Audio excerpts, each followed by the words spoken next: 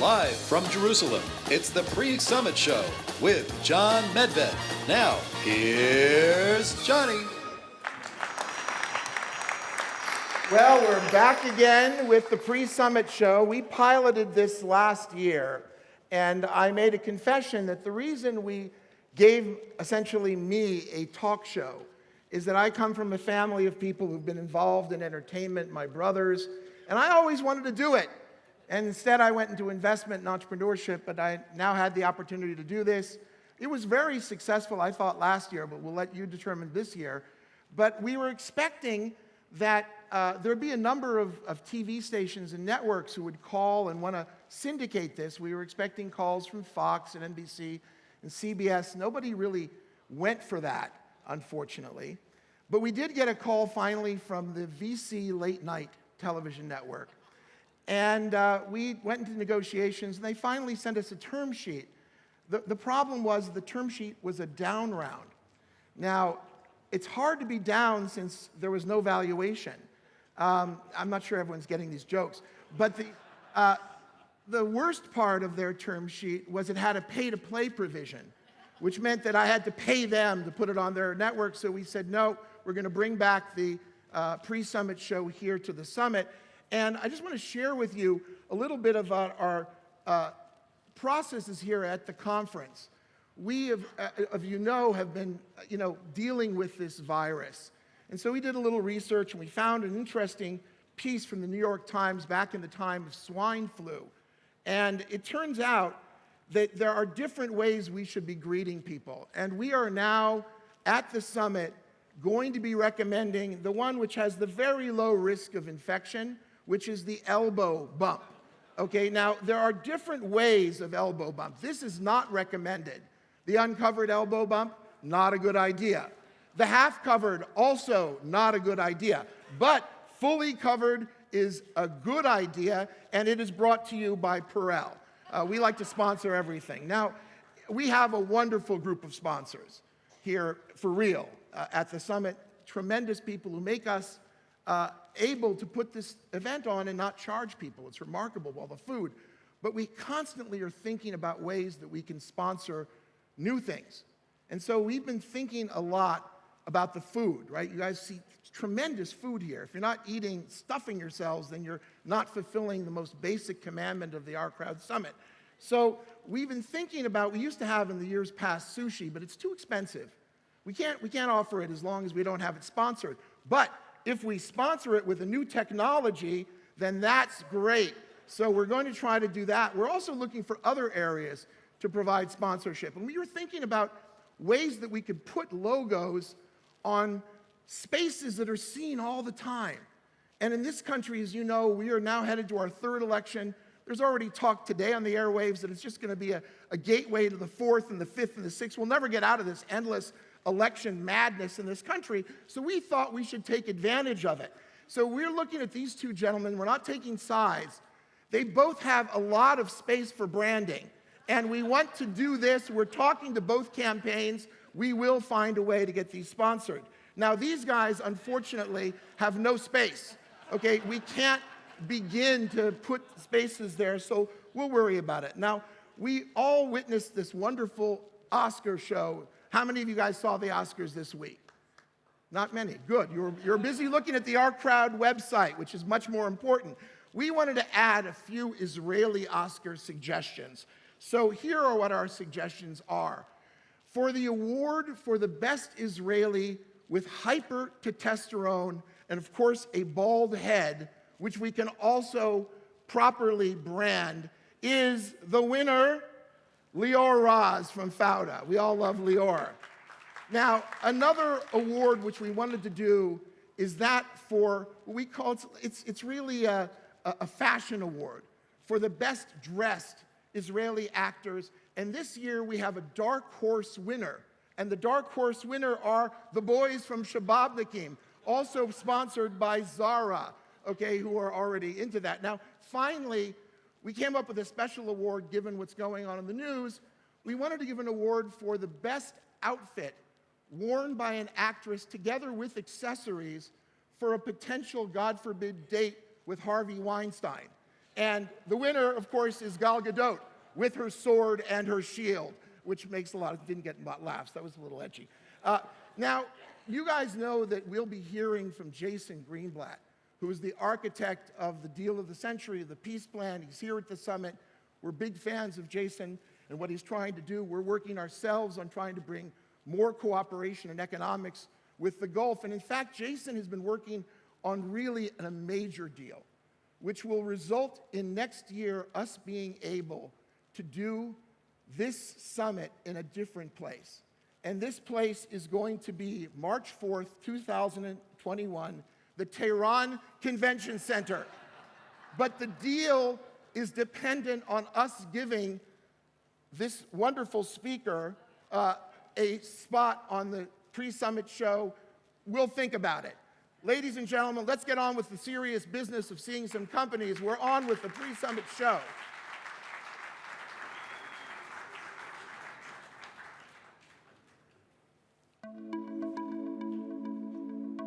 Whether you need an urgent check or to track ongoing conditions, a complete blood count is often essential. That's why it's the most commonly ordered blood test in the world. However, the current approach requires specialized and expensive laboratory equipment and a venous blood draw. This causes unnecessary delays, complexity, and costs, and can compromise patient care. To address this need, Sight is introducing OLO, the world's first 5-part differential lab-grade complete blood count solution for point of care. OLO combines digital microscopy with artificial intelligence to deliver a CBC within minutes without compromising on accuracy or breadth of results. OLO works for all conditions and reports a 5-part differential complete blood count, including 19 parameters and advanced abnormalities flags. Sample preparation takes 2 easy steps and 2 drops from either the fingertip or a venous sample. 1 drop is placed directly into the cartridge, and a second is mixed and added. With the sample ready, the cartridge is loaded into the OLO instrument for automated analysis. Within 10 minutes, results are ready on the touchscreen and can be printed, emailed, or sent to a lab information system. OLO requires minimal training and no maintenance, making it the perfect solution for point of care. OLO, the world's first 5-part differential lab-grade complete blood count solution for point of care. Sight, the future of blood diagnostics is here. Ladies and gentlemen, let's bring up on stage the CEO of SightDX, Mr. Yossi Pollak. Yossi?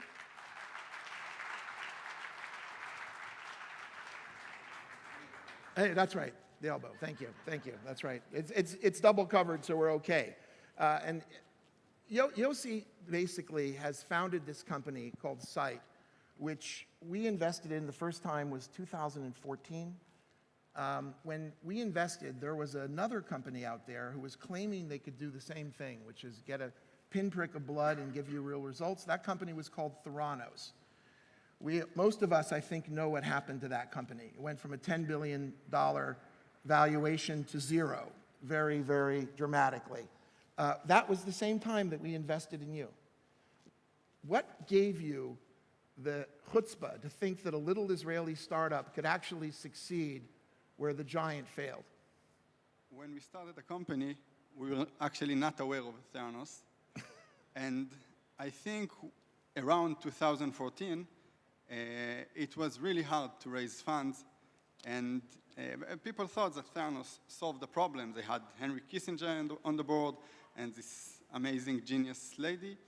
And by the way, we are grateful for OurCrowd for investing in us so early.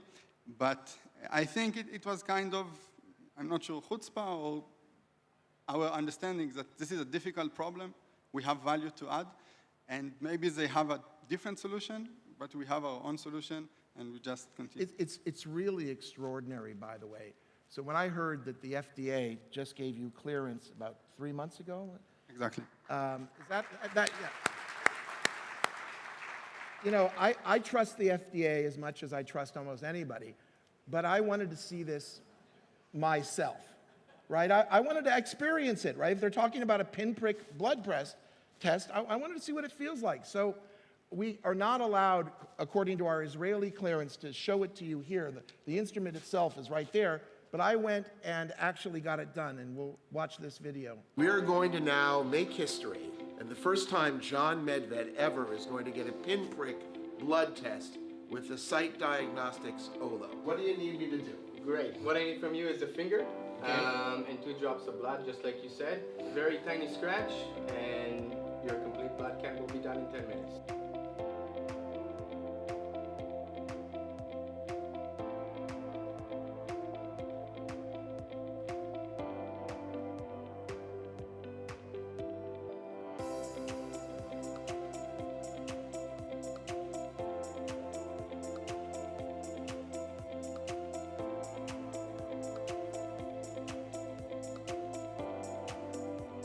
There you go, in 10 minutes. Okay, a blood test, a full blood test with a drop of blood. Complete blood count. That's great.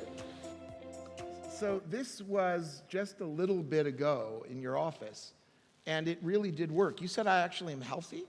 Yeah, I have your results here, but If you want to ask him later, he might show you if you invest in his company. Yeah, I'll give that surprisingly- as an offer. Anybody who invests gets to see my blood results. But the reality here is that this is a huge market, right? I mean, there are 4 billion of these tests going on every year. yes, exactly. And the US alone is about $500 million, and on average, insurers pay $18 per test. $18 times, I mean, the 4 billion, I guess, is an international number, is probably a little bit less. $500 million in the US. But we're talking about tens of billions of dollars of market. Correct. Does anybody else has this working yet? The FDA has never cleared a device to run complete blood counts from a finger prick. And actually, around the Theranos scandals, there were opinions in the industry that the FDA will never approve it. So we were very anxious, but that's the first time. I hate to say this, but I think that we are at fault for underhyping something. You know, that God forbid, right, that OurCrowd would underhype. But the reality is that this is huge. This is extraordinary. You've got a situation where you're now, you know, why is a, by the way, point of care, small, instant blood test matter? What does it do for, you know, people and humanity? So if you walk into your doctor's office and you have fever and he will test you, he can examine maybe your ears, lungs, throat, but even to give you antibiotics, he does not have enough information locally. So we will need to send you for a complete blood count, meaning coming a day later for blood draw, shipping the tube from your vein to the central lab, and then results come back maybe a day later, and he calls you back for treatment. But that's the way the world works, right? You go send your blood to the lab. You're telling me that by getting a result in 10 minutes, I'm going to be healthier? Treatment will start a lot faster. Expenses of healthcare will decrease. You can think of a world where it will take 3 days to measure your temperature. By the time you get the results, they don't matter anymore. It really is unbelievable. Now, the way that you actually achieved this result was you used a different approach than people like Theranos were attempting. You're using computer vision. Your background is that you were at Mobileye. Correct. I studied mathematics, and I was an algorithm developer at Mobileye. And you're an Air Force pilot. No. Navigator. No, I was part of the Telem program. Oh, you're part of Talpio, which Air Force. is Air Force. Talpio in the Air. There are pilots in the company? We have 10 Telem graduates. 10 Talpio graduates? That's a lot. By the way, there are like 40 a year in the program. So for the past 60 years, it works with a technology called flow cytometry, which is extremely complex and placed in central labs, and we are doing it with machine vision or AI. Unbelievable. Like, when you look at it, what will you be able to do going forward as you collect this massive database of blood pictures? So we are actually digitizing human blood. From each sample, we get 6 gigabytes of information. We already have half a petabyte of information on our servers, which is by far the world's largest database of blood images. And CBC, complete blood count, is just the beginning. With the data there, with the right collaborations, we can do much more. So we are working with the 3rd largest insurer in Israel and the 2nd largest insurer in the US to allow scanning a lot of people. And we bring the images, the insurer brings the electronic medical records, and then we can find correlations and maybe detect cancer earlier or the risk for stroke. Wow. So, you know, the market of tens of billions of dollars in testing isn't enough. There is an actual blue sky beyond this for this company. So what's your go-to-market strategy? How are we going to get this into people's hands and start making money right away? So we are actually selling direct in a few markets, selling through distributors in other markets. We chose hospitals as the first adopters because before a doctor can buy it for his office, he would like to know that Boston Children's Hospital already bought it. So we are now piloting in many different hospitals in the UK, in the US, in Australia, in many other places. And you're starting to manufacture in your own facilities. Soon you'll be outsourcing. What do you want from this crowd other than they continue to support the company? I think we've invested a total of almost $10 million. More, actually. More in the company so far. We're the largest shareholder in the company. We're very, very proud of this. What can they do beyond invest that would be interesting to you? So I already got connected through OurCrowd to many doctors, mainly in the US. Your connection in Asia helped us with local distributors for some markets. But I think spreading the word to doctors in the US and in other countries where local partners could take this device to the market, we are limited in our commercial abilities. So they're here. They're going to be here tomorrow at the summit. Meet SightDX. Thank you very much, Thank you very much. Yossi Pollak.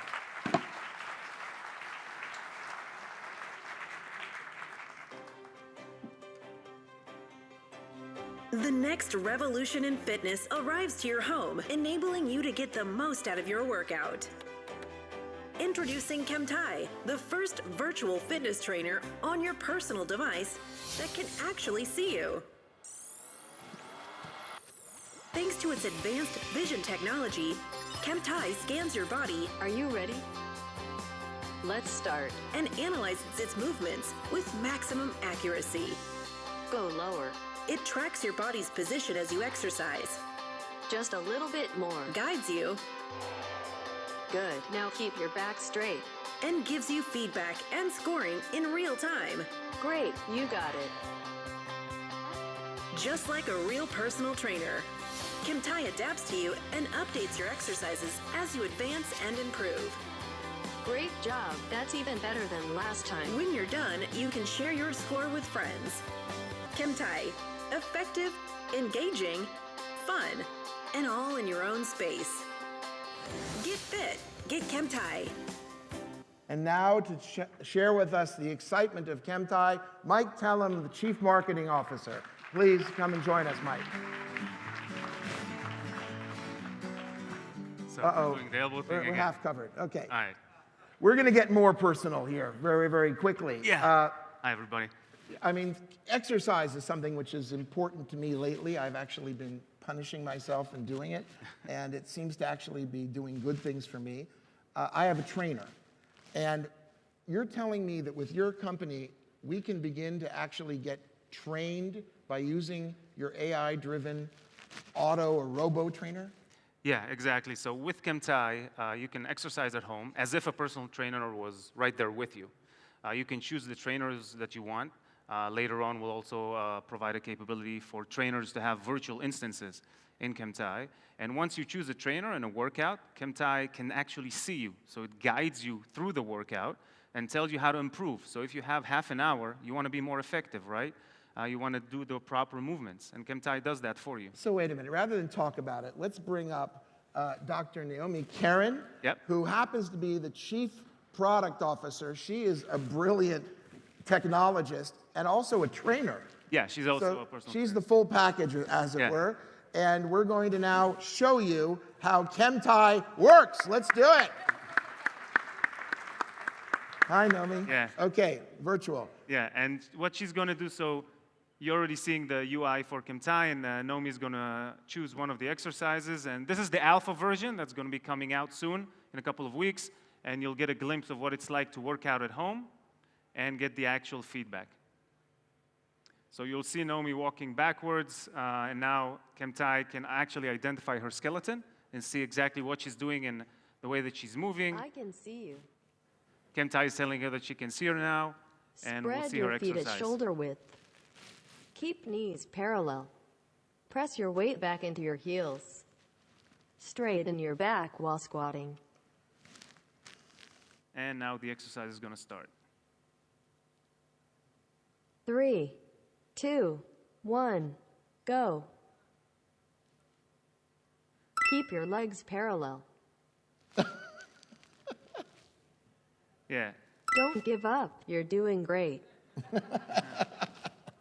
Nice one.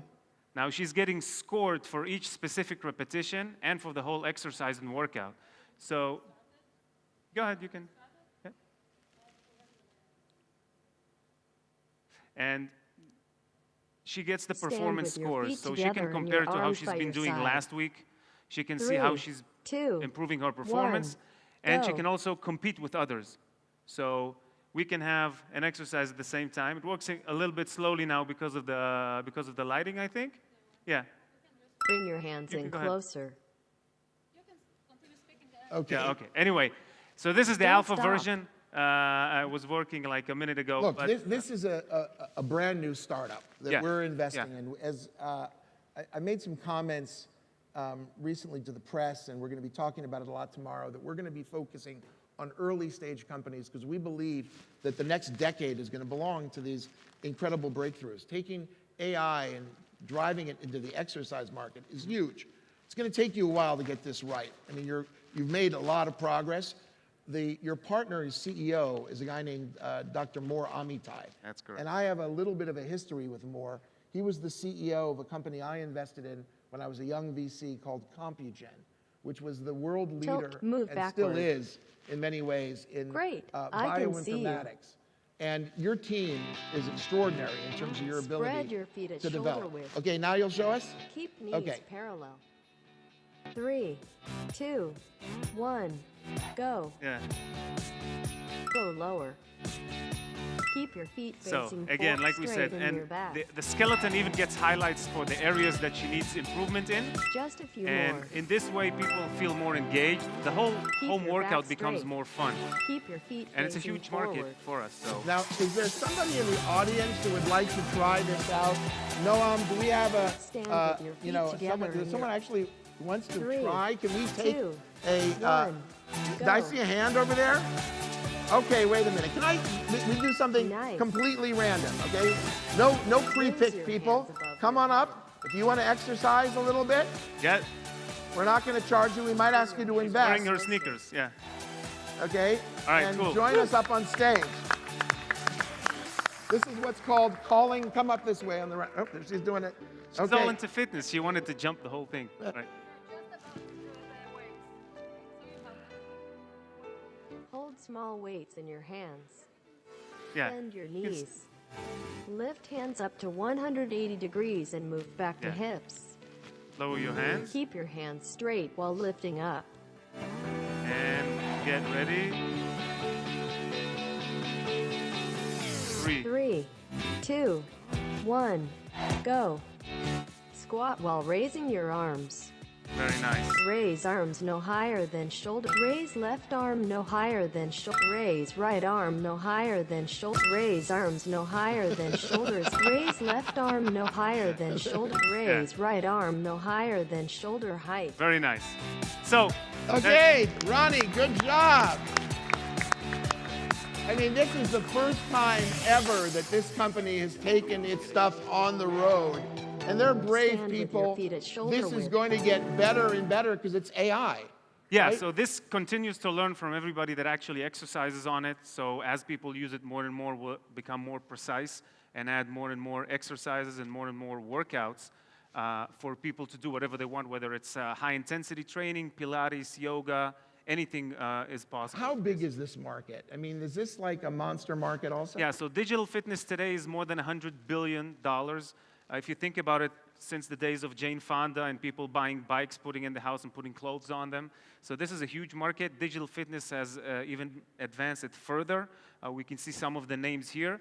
But almost everything out there can basically just count what you're doing, count miles or steps. I mean, that's it. Peloton, had a recent IPO. It's become a quite significant company, but they don't have anything like this, right? I mean, No, what- so Peloton is great execution, as people have mentioned here, but they can't see you.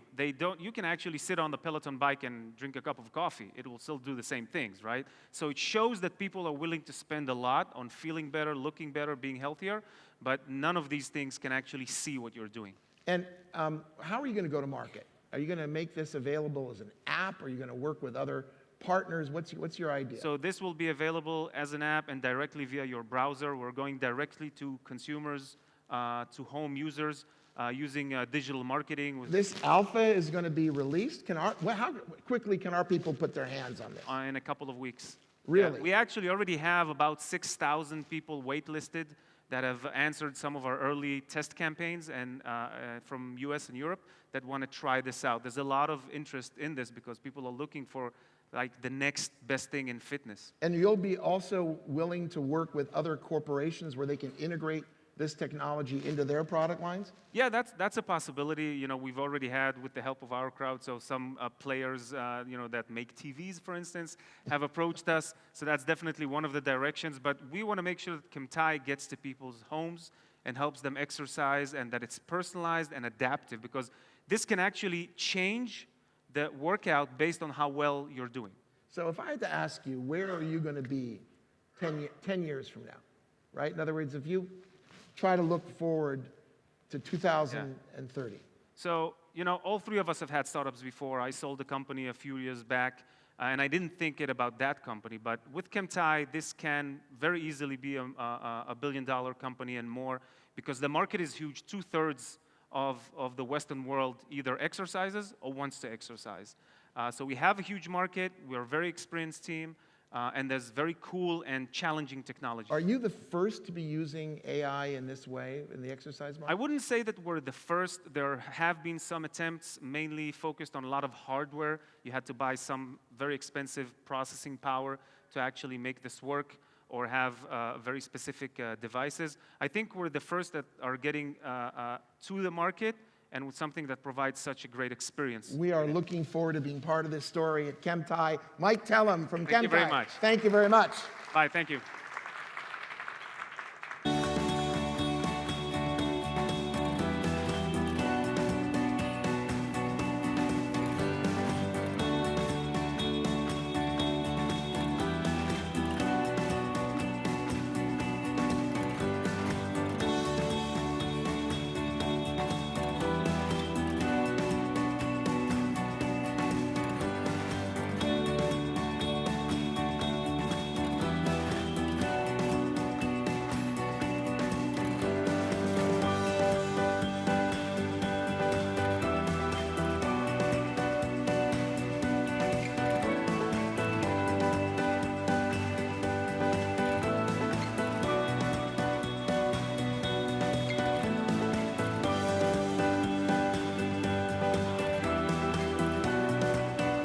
So we're going to bring up Assaf Frenkel, the CEO of SeeTrue.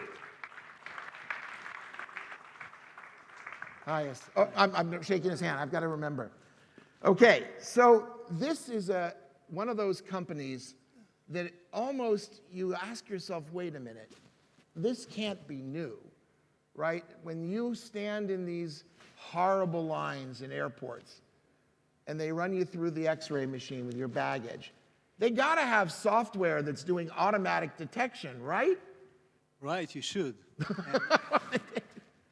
And it actually started this way in a long line when our co-founder and chairman Avi Hood spent a lot of time in security line, and not only was frustrated from the line, but thought, what if someone slips $500 into the security officer? Would he pass that bag without noticing? We must have something to solve that. It's unbelievable when you think about it, that this is now a breakthrough in terms of using AI to detect. The problem is that right now our existing systems don't work, right? There's a ridiculous level of penetrability, right? I mean, what percentage of attempts to get things through succeed? Well, that's amazing. Just last month, a TSA whistleblower from Transportation Security Administration in the US, the head of the Kansas unit, came out to CNN and said, guys, I can't handle it anymore. TSA is cutting corners in order to get security faster. So it said that more than 90% of the times it misses. 90% of the time you can penetrate by putting a gun or a knife Or explosives. Yeah. or something through. So all of this torture that we're going through, people like me who travel like a madman, okay, and I think about all of the minutes I've wasted in these hellacious lines, is for nothing? Yeah, and I think that in that case, even elbow shaking won't help you. Oh my gosh, this is unbelievable. So let's look, if we can, and see. I want to look at this 95% failure rate. I can't even get my hands around it. I want to show you the video. Go ahead, describe what we're looking at. Cool. So what you're seeing now is a regular X-ray machine, and our system connected to it. And what you saw fast is that bags move, and then when something is there, the bag is checked out, is taken out, and dismantled on a side. This is your system at work. This is our system from Love Airport that we installed. We're already running in 2 airports in production. You're already in 2 airports. Now, by the way, what are they? And you're saying that before the X-ray with the guy, in 95% of the cases, he would have let that gun go by, at least based on the test data that's out there? Yeah, so this was quite quick, and you can come over later to see it in more detail. But what we saw there is, first of all, that the existing X-ray machines or CT machines don't show the threat, right? They show the image of the bag, and you need to be very alert and very trained. And think of, we talked about the medical devices earlier, but here the officers that are looking at it are minimum wage and getting very little training, right? So don't compare them to someone looking at your X-ray. This is not your radiologist looking at an X-ray machine. Right? So they need to do that 8 hours a day, in some places 12 hours a day, and be alert. And that doesn't work well. So they miss stuff. And what we do, we find the right prohibited items. We make sure only the right bags are opened, so the entire line is moving much faster. Now, you're using artificial intelligence as well here. Seems to be a common thread through the first 3 companies we've shown, all using AI. How are you using AI?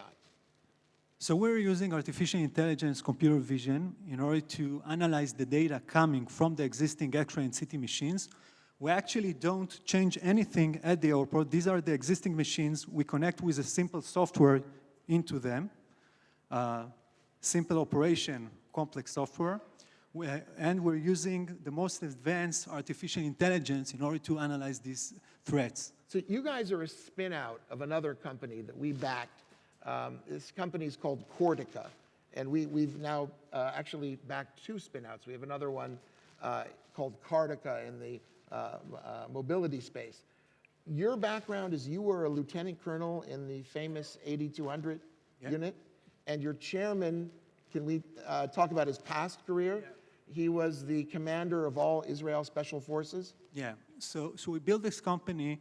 First of all, we started off with the Cortica technology. So Cortica, to the ones who don't know them, they're one of the world leaders in artificial intelligence, computer vision. They started that 10, 12 years ago with large investments over the years.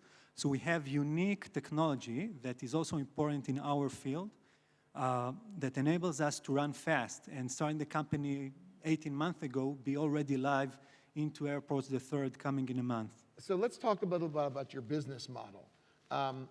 The ability you have to do this scanning, you're now charging 50 cents a passenger?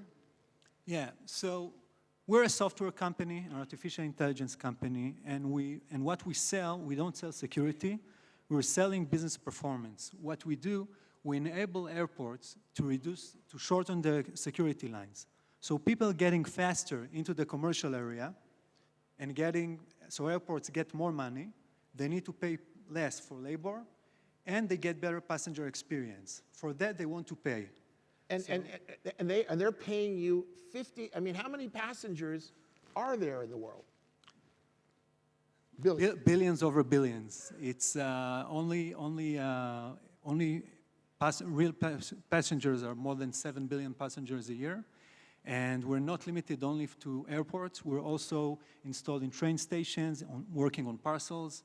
So the opportunity is much larger than airports. And if you actually expedite these lines, you'll drive additional revenue because the shopping in the airport, what does that mean?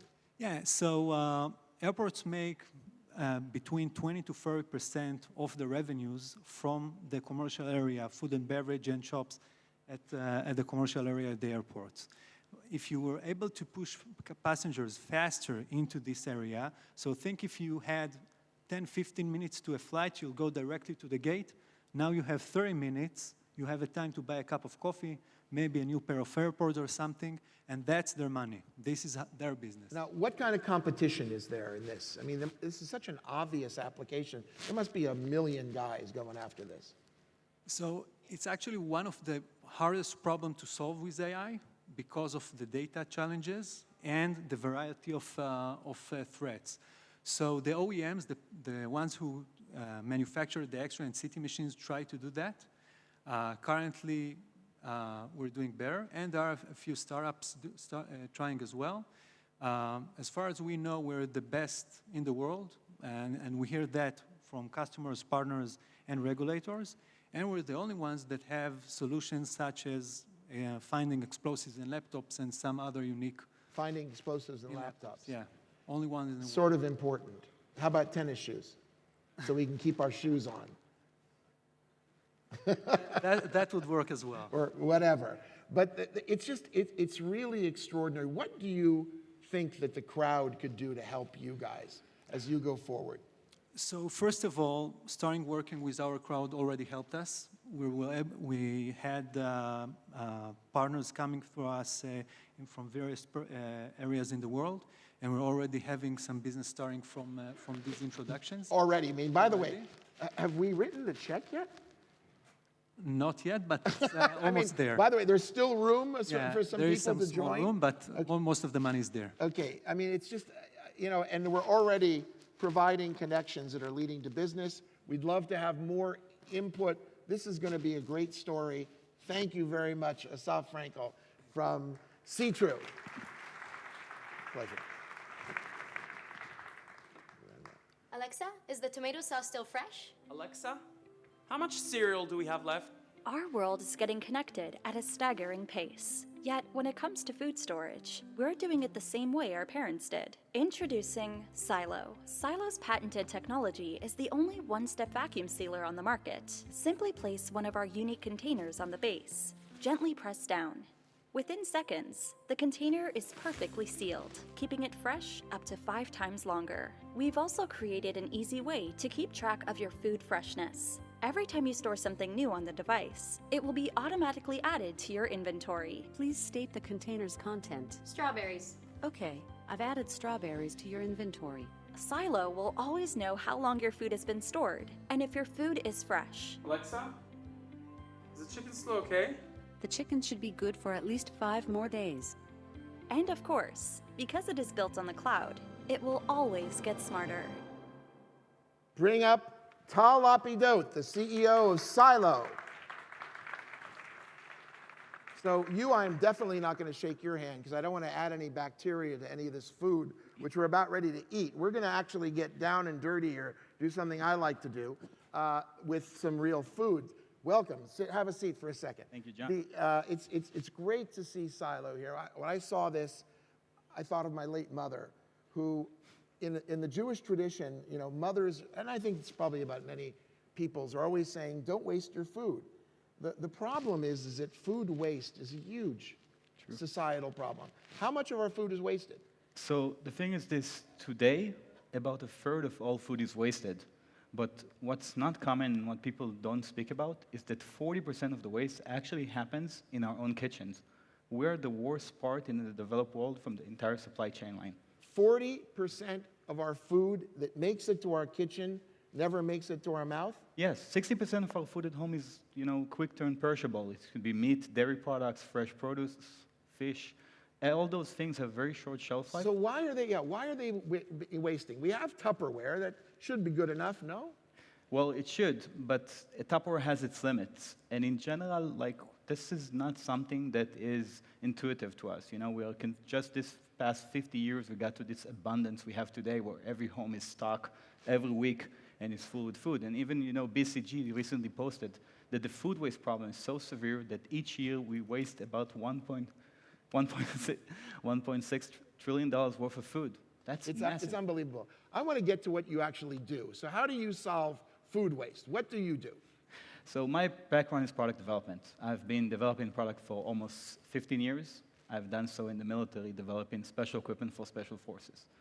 And basically, the idea for Silo was born when I was frustrated with throwing cherry tomatoes. You know, every week you open the fridge and you find yourself, you know, open a box of produce that you purchased last week. You forgot about it, of course. You didn't buy the right amount. And as a result, you throw it in the trash. And I was looking for something that will extend the shelf life of my food. I mean, that's without Silo, and that's with Silo. Yeah, in other words, that's what happens. Why does yours not perish? So one of the things is, this is common in the industry. You know, when you buy stuff in the industry, when you buy stuff in the supermarket, it usually has much longer shelf life. But when we bring it home, we don't have the industry capability that, you know, you can have in industrial packaging. What Silo is doing is bringing this magic of food storage that is in the industry, which is vacuum, to the home. So you're basically vacuum sealing Yes. a Tupperware kind of a product. Yeah. So the vacuum sealer market is actually quite massive. In the US, we're talking about 20% of US households that own a vacuum sealer. Really? Yes, 1 of every 5 homes. The problem is those devices are designed for bags. Nobody has cracked how to bring the simplicity. I mean, they're bags which are not reusable in most cases and are creating more of a plastic problem to begin with. As well as bags are not versatile, they're very specific. So things you will store in containers such as cooked food or, you know, like from dairy products, you cannot keep them in bag. You cannot keep cheese in a bag. So how do you start vacuum sealing on a box? Let's go take a look. Yeah. So basically, we created the world's first device that vacuum seals, just like placing a container on a device. So that's the Silo device, Yes. which has, by the way, Alexa built in. We'll find that out in a second. But go ahead and show us how you seal it. So you just place a container on the device and apply a bit of force, and it will vacuum seal your food. We use marshmallows because they actually expand quite drastically inside the container. Vacuum complete. And as you can see, it requires almost no effort. And then to open it up, how do you open it? You just release the valve. And you hear that noise. I don't know, we should put the microphone right there. But it's unbelievable. It's that easy? Yes, we had a 4-year-old operate it without any problem. And kids love it. But the technology is actually pretty significant, right? Because you have a bunch of patents here. Because the vacuum, if you tried to put a vacuum, entry point here, this thing would collapse. So we have basically multiple patents on the design of the system. We're the only company in the world who can create this one-touch vacuum because we have a special airway in the side of the container. The problem is if you have any sort of liquids or grain inside the container, it will clog any sort of port you'll try to put in the bottom. And this is BPA-free? And this is BPA-free, dishwasher-safe, microwave-safe. It's basically the most premium type of plastic you can get in the market today. All the major... And how robust is it? How robust it is? Well, let's do it like this. I think it's better. It's cool how the marshmallows get bigger and then they get smaller at the same time. Vacuum complete. And how robust it is? That's how it is. Wow. That's robust. I had a Golani. What happens if I throw it here? Go for it. There it is. It's still sealed. Still so sealed, still that strong. Back to us. And this is not now we'll find out if it's still sealed. We'll push the button. Yeah, here. There it goes. You heard that vacuum seal. So we've actually done some tests, right? We had some people in your company put some stuff away in 2 containers, and they've been sealed now for some time. We'll show the video about how you're sealing them in a second. This is more information about the company, which we didn't get to. Here's the proof. Hi, OurCrowd Summit. Hi, guys. February 3rd. That was February 3rd. I'm putting strawberries in my silo.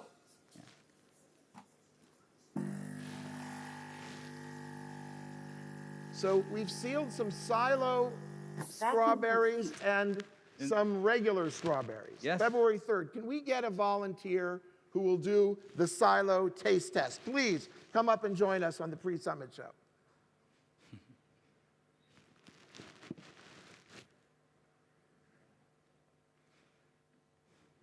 This is not dangerous, right? Okay. Thank you. Hi. Thanks for joining. Okay, so go ahead. So you have two containers. This is the same strawberries, the same box. This is a regular Tupperware, and this is the silo. And they were both sealed February 3rd. Yeah. So let's hear that. Open up the silo. Let him do Press it. here. Okay, we hear the air coming out.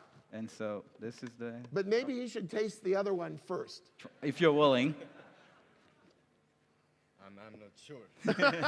Wait a minute. Can we get a video clip? Oh, my gosh. This is not too good looking here. I don't know if you can see the mold growing on these strawberries. I wouldn't eat them. No, I don't think you should. And this is in the silo. But you'll try the silo? Okay. I will try with you. Me too. Perfect.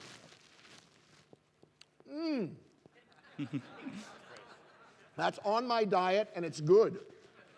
And that's been in for 9 days? Yes. Wow. That's a round of applause, guys. This is one of these things we all want in our house. Now, do you want to do the parsley? Parsley's sort of nasty. Yeah, I think just That's looking like at... Pesach, okay? You know, very, very useful for your Seder and things like that. It's an inside joke. This is unbelievable. Thank you very much for coming up. Parsley in my silo. So, just to wrap up here, what's the go-to-market? How are you going to get this thing in people's hands? So we actually we launched the product on Kickstarter last year. We had a massive success. We sold $1.4 million of products in 30 days. And we actually keep 1.4 million of product in 30 days. That's good. Yes, we're actually the third most sold smart kitchen appliance on the platform. So the third most sold. Yes. Well, we're looking forward to great news. I want to see if I can get some advice from Alexa here. So I think the idea, and this is the smartness of Silo that we didn't even get the chance to touch, but the idea was that we want to improve your experience and help you manage your food better with the system. And so every time you store something in Silo, you tag it using voice. And afterwards, this goes to the cloud and help us basically better manage our food. So for example, I will say, Alexa, how did I perform this month? This month, you consumed 90% of the fresh produce you bought. You have saved 7 pounds of food waste, equal to $35 of savings, and avoided carbon emissions equal to driving a car for 23 miles. Alexa, ask Silo if I can have a cookie. John, we have talked about this. No more cookies. You still have celery you haven't opened since you stored. Okay, well, I'll get to that celery. Thank you, Tal from Silo. Thank you. Pleasure. And our second last company.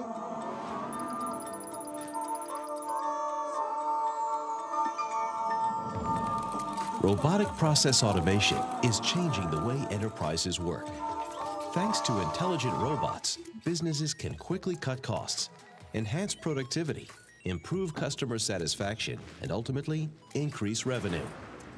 But let's face it, whether you're launching your first automation project or scaling up an existing one, the automation journey can be daunting. You might ask, where do I start building my process automation pipeline? How do I accelerate RPA adoption? How do I reach higher return on investment and lower total cost of ownership? Kryon has the answers.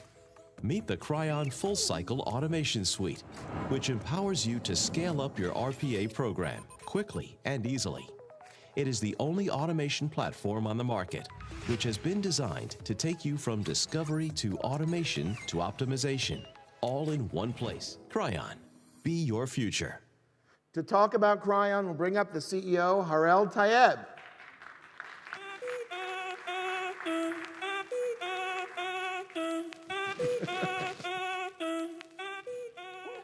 So, RPA, can I ask a question? How many of you had heard that acronym RPA before? If we can get some lights on the audience, I want to see how many have heard of RPA. Okay, that's actually, it's not too bad, more than I thought. I mean, in the investment arena, this is hotter than a pistol. You can put the lights back down. RPA is really a buzzword that people are talking about. It stands for Robotic Process Automation. Why is RPA so hot? So RPA, it's so hot because, you know, we've heard about the fourth industrial revolution over the last, I would say, few years. And the RPA is the core of this fourth industrial revolution. So we know that eventually robotics will replace people everywhere. It can be autonomous car, it can be almost anywhere, but it starts from the enterprise themselves. So we see many virtual workers implemented within many enterprises and change the entire market. But when we think of robots, we usually think of industrial robots on the factory floor, welding, picking and placing, sealing, you know, all that kind of stuff.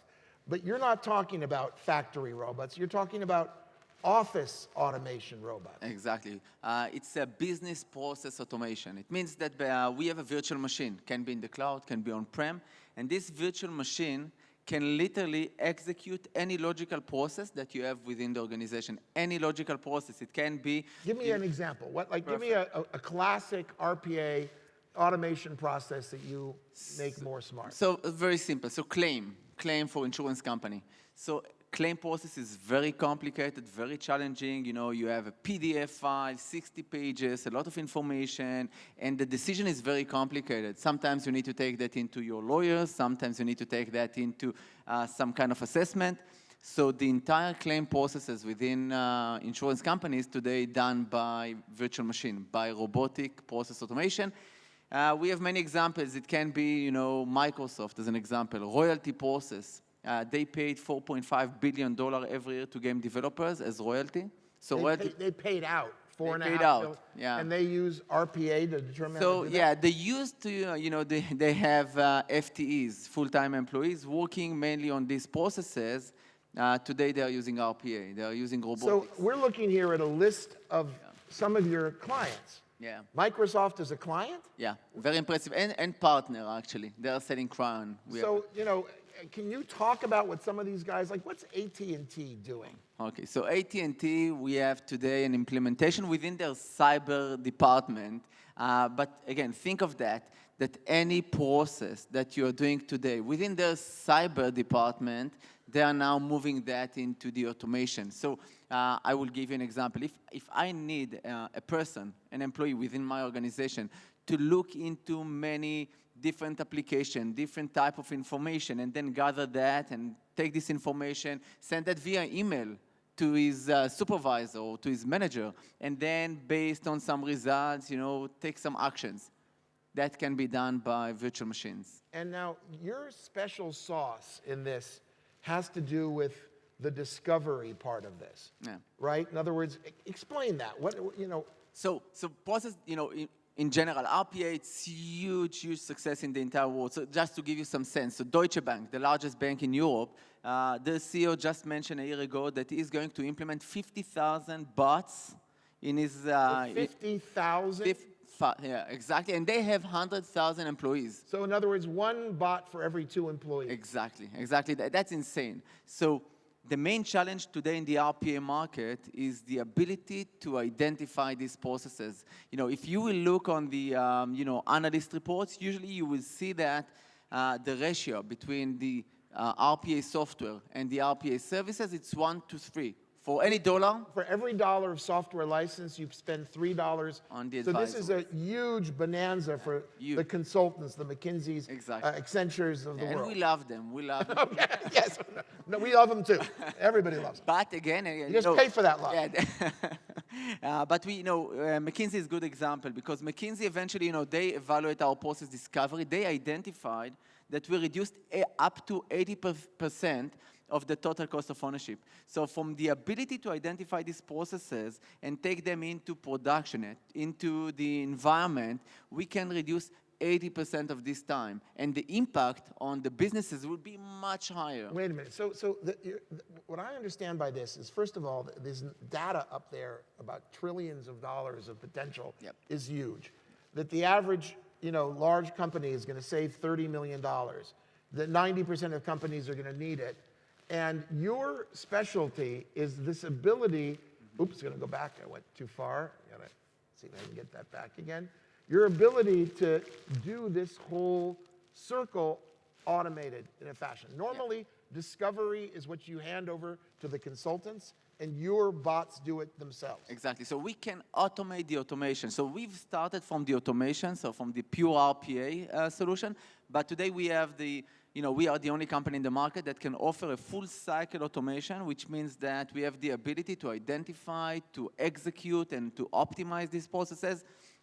I don't want to say without any human intervention, but up to 80%. You're reducing exactly, this by... up to 80%. Okay, so you're already in a revenue production mode. You don't get those customers without getting revenue. Of course.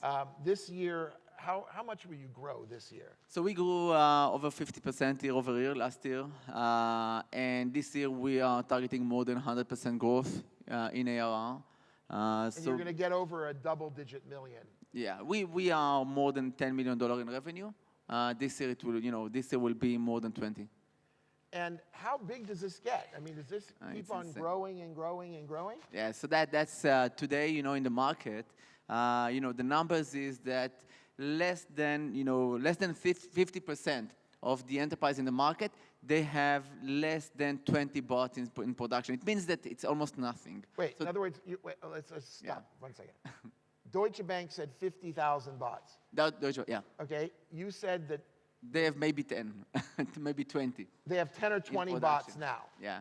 Okay, so we're really at the beginning of At this the beginning, revolution. and the main challenge again is the scale up, is the ability to scale up. So we are getting customers, I can give you many examples, but T-Mobile, they're already using RPA software, another RPA vendor. They approach Kryon. They said, we have 20 bots in production. We need more than that. We believe that we can have thousands of bots, but we don't know what to do next. We don't know where to identify. We don't want to spend, an additional $1 million paying to EY or PwC. And is there any, other than insurance, for example, is it every industry that's going to be affected by RPA, or are there certain ones that are really, salient? Yeah, so I think that, as a revolution, it touched everyone. But today, the money on the table is mainly in the enterprise market. So the enterprise market, and in regards to any type of vertical, it's insane. Insurance companies, banks. We just closed a deal with Sberbank, the largest Russian bank in Russia. Huge. Which is, huge bank. And it's a sole vendor agreement. So we have, so the banks, insurance companies, telcos. We have Wyndham Hotel, the largest hotel chain in the world, using our platform. So, it's almost it's relevant for the entire enterprise market. And I believe that in the next few years, it will be changed to use by the SMEs and SMBs. The moment that this platform, the full cycle automation, will be a fully SaaS solution, it will open an entire new market for SMEs and SMBs. This is exciting, a really interesting company with investment live now on OurCrowd. Thank you very much, Harel Tayeb from Kryon. Thank you. So finally, we're going to take a little bit of an ending detour to talk about something which I alluded to earlier, which is that often when we are investing, we're talking about things at a higher level. We're not really keeping in mind the fact that there are real lives affected by what we do. And I'm going to show you a video and then bring up a guest, final guest, whose life has been affected by the company that we invest in, and affected in a very, very profound way.